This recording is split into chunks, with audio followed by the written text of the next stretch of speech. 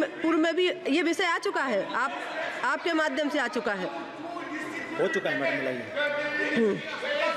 पढ़िए मैडम, पढ़िए। माननीय सदस्यों से मैं आग्रह कर रही हूं कि जिन सदस्यों का लिस्ट में नाम था लेकिन समय की कमी के रहते नहीं लिया गया, उनको इस हफ्ते मौका देने की कोशिश की जाएगी। बजट पर सामान्य चर्चा, श्रीमती डिम्पल यादव जी। माननीय सदस्य श्रीमती डिम्पल यादव जी। माननीय सदस्य प्लीज, हमारी सम्मानित माननीय सदस्य बोल रही हैं। माननीय सदस्य डिम्पल यादव जी।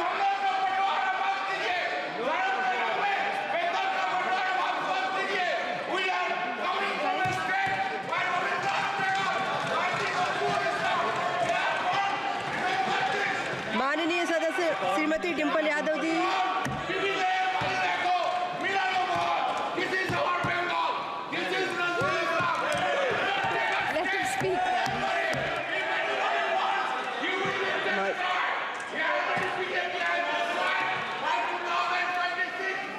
माननीय सदस्य डिम्पल यादव जी। माननीय सदस्य एक मिनट माननीय सदस्य।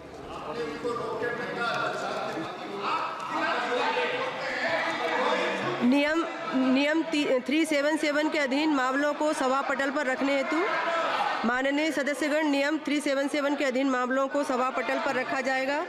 जिन सदस्यों को नियम 377 के अधीन मामलों को आज उठाने की अनुमति दी गई है और जो उन्हें सभा पटल पर रखने के इच्छुक हैं, वे 20 मिनट के भीतर मामले को व्यक्तिगत रूप से सभा पटल पर भेज दें। केवल उन्हीं मामलों को सभा पटल पर रखा माना जाएगा जिनके लिए मामले का पाठ निर्धारित समय के भीतर सभा पटल पर प्राप्त हो गया हो, शेष व्यक्तित्व माना जाएगा। माननीय डिम्पल यादव जी। सभापति महोदय, आपने मुझे बजट में बोलने का मौका दिया, मैं आपको धन्यवाद देना चाहती हूँ।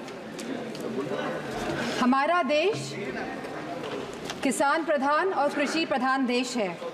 अगर हमारे किसान और युवाओं का भविष्य सुनिश्चित नहीं कर पा रहे हैं हम, तो मैं समझती हूँ कहीं ना कहीं हम सब अपने फ़र्ज से डगमगा रहे हैं। जहाँ वित्त मंत्री ने 9 प्राथमिकताओं की बात करी और कृषि को जहाँ पहला स्थान दिया गया, वही मैं वित्त मंत्री से पूछना चाहती हूँ कि कृषि ग्रामीण अर्थव्यवस्था की वृद्धि दर क्या है। जहाँ यह कहा गया था कि 2024 तक आप किसान की आय दुगनी कर देंगे, 22 तक किसान की आय दुगनी कर देंगे, और जहाँ एमएसपी का वादा किया गया था, तो मैं पूछना चाहूँगी कृषि मंत्री से कि आज एग्रीकल्चरल इंफ्रास्ट्रक्चर में कितना बजट या सरकार द्वारा दिया जा रहा है। यूपी को इस बजट के तहत क्या मिला है? क्या एक भी मंडी पिछले 10 सालों में उत्तर प्रदेश में बनी है? और अगर किसान की ज़रूरतमंद जैसी चीज़ों पर क्या यह सरकार ने कोई भी जीएसटी माफ़ करी है या खाद में सब्सिडी देने में और सरकार कायम रह पाई है? और जहां खुद प्रधानमंत्री आए थे उत्तर प्रदेश में विधानसभा चुनाव में और उन्होंने वादा किया था उत्तर प्रदेश की जनता को, उत्तर प्रदेश के लोगों को, कि वो आवारा मवेशियों की समस्या से किसानों को हल दिलाएंगे, निजात दिलाएंगे, तो क्या इस आवारा पशुओं की जो समस्या है जिसकी वजह से आज हमारा देश चौकीदार बन गया है, रात भर सो नहीं पा रहा है, तो क्या कोई प्रावधान बजट में रखा गया है इस समस्या को लेके? इसी के साथ जहाँ किसान आंदोलन में लगभग 700 किसानों ने अपनी जान गंवाई, जहाँ उत्तर प्रदेश में भी लखीमपुर खीरी में जहाँ किसानों को रौंदा गया मंत्री जी के बेटों द्वारा, हम पूछना चाहते हैं इस सरकार से कि जहाँ जो 2014 से 22 तक लगभग 1 लाख किसानों ने आत्महत्या की है, तो हम वित्त मंत्री से पूछना चाहते हैं कि प्रधानमंत्री फसल बीमा योजना के तहत कुल किसान लाभ कितना मिला है? और कहीं इसमें गिरावट आई है तो कितनी गिरावट आई है। यह सरकार लगातार 1 दशक से किसानों की अवहेलना कर रही है।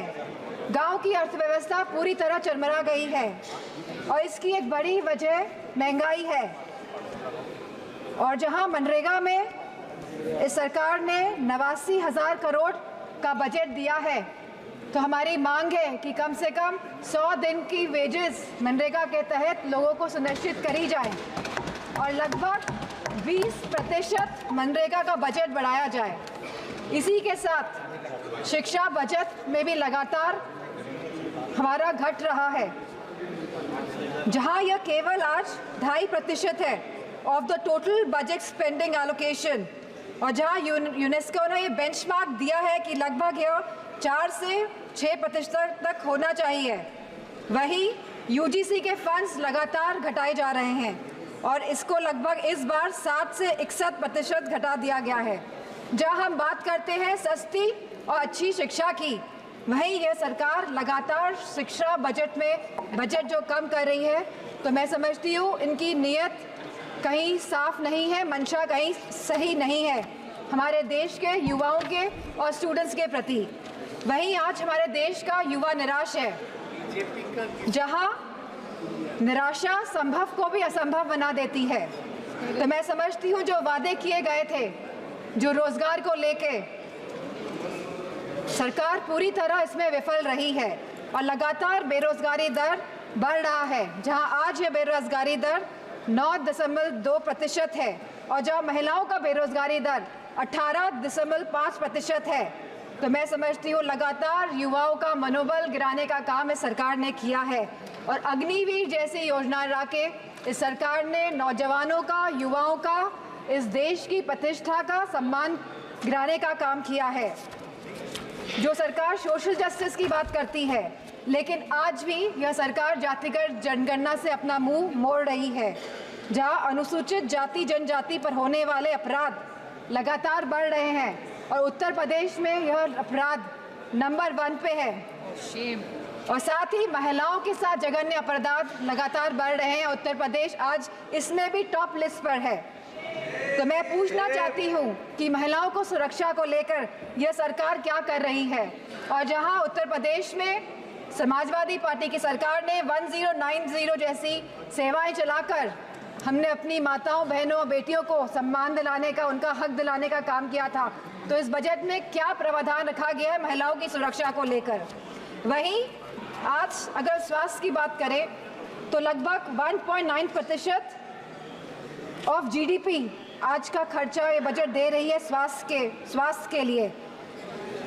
Speaker Mahoday, there is no focus agenda for the healthcare of the country.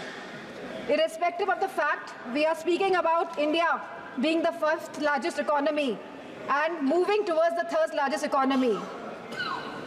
And if we see the fast growing population of the country, so 1.9% of the budget is very less for the health services of the country. So decision to exempt 3 cancer drugs is a welcome move by the finance minister, but it is a very small step in the right direction.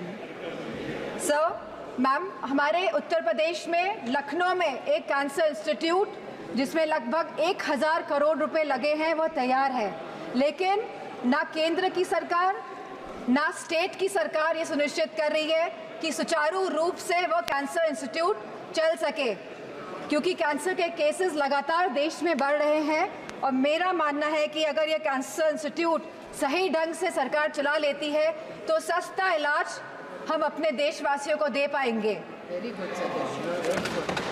Very good suggestion. Ma'am, there is a massive gap between the demand and supply in the healthcare center, in the healthcare infrastructure. The doctors, the nurses, the technicians, इन सब की बहुत भारी कमी है। और जो बड़े बड़े वादे कर रहे हैं और जो बड़ी बड़ी बातें कर रहे हैं कि हमने बहुत बड़े बड़े एम्स बना लिए हैं, मेडिकल कॉलेजेस बना लिए हैं, लेकिन 100% तरीके से कोई भी मेडिकल कॉलेज या एम्स सुचारू रूप से प्रदेश में नहीं चल पा रहे हैं, क्योंकि भारी डॉक्टर्स की कमी है, नर्सेस की कमी है, टेक्नीशियंस की कमी है। इसी के साथ जो टीचिंग फैकल्टी में भी भारी टीचर्स की कमी है। सर, जो सरकार कुपोषण के बारे में बात कर रही थी, जो भारत को अनीमिया मुक्त बनाने के बारे में बात कर रही थी, तो मैं उनसे कहना चाहूँगी कि आप सभी अपने वादों में विफल हुए हैं। आपने जो वादे करे थे लोगों को, आपने सारे वादे जनता के साथ वो वादों को तोड़ने का काम किया है। सर, जहां आप जीडीपी की बात करते हैं, जहां आप थर्ड इकोनॉमी की बात करते हैं कि हमारा देश तीसरी बड़ी इकोनॉमी बनने जा रहा है, लेकिन वही हमें बात करनी है पर कैपिटा इनकम की, स्टैंडर्ड ऑफ लिविंग की बात करनी है, हमको महंगाई बांधने की बात करनी है, हमको इलाज मुफ्त और सस्ता दिलाने की बात करनी है। और जो कैपिटल एक्सपेंडिचर की आप बात कर रहे हैं, तो मैं समझती हूँ उसमें भी समय सीमा तय होनी चाहिए कि इंफ्रास्ट्रक्चर के जो भी प्रोजेक्ट्स बन रहे हैं उनकी समय सीमा निर्धारित हो, क्योंकि यह टैक्स का मनी है, ये जनता का पैसा है। धन्यवाद माननीय सदस्य। Ma'am 2 minutes I will take ma'am. यह जनता का पैसा है और इसे सही ढंग से इस्तेमाल करने के लिए हम सब प्रतिबद्ध हैं। सर, इसी के साथ मैं कहना चाहूँगी कि reformative and revolutionary changes can come in the country even after 11 years, but the dedication and concentration is required from the government. Nothing can alter the past but responsible behavior by the government, and I'm not playing a blame game here. I'm saying a responsible behavior is the behavior in which we are responding to the present situation, and if the government plays a responsible behavior, then formative changes can come in the country. Thank you, Speaker. Ma'am.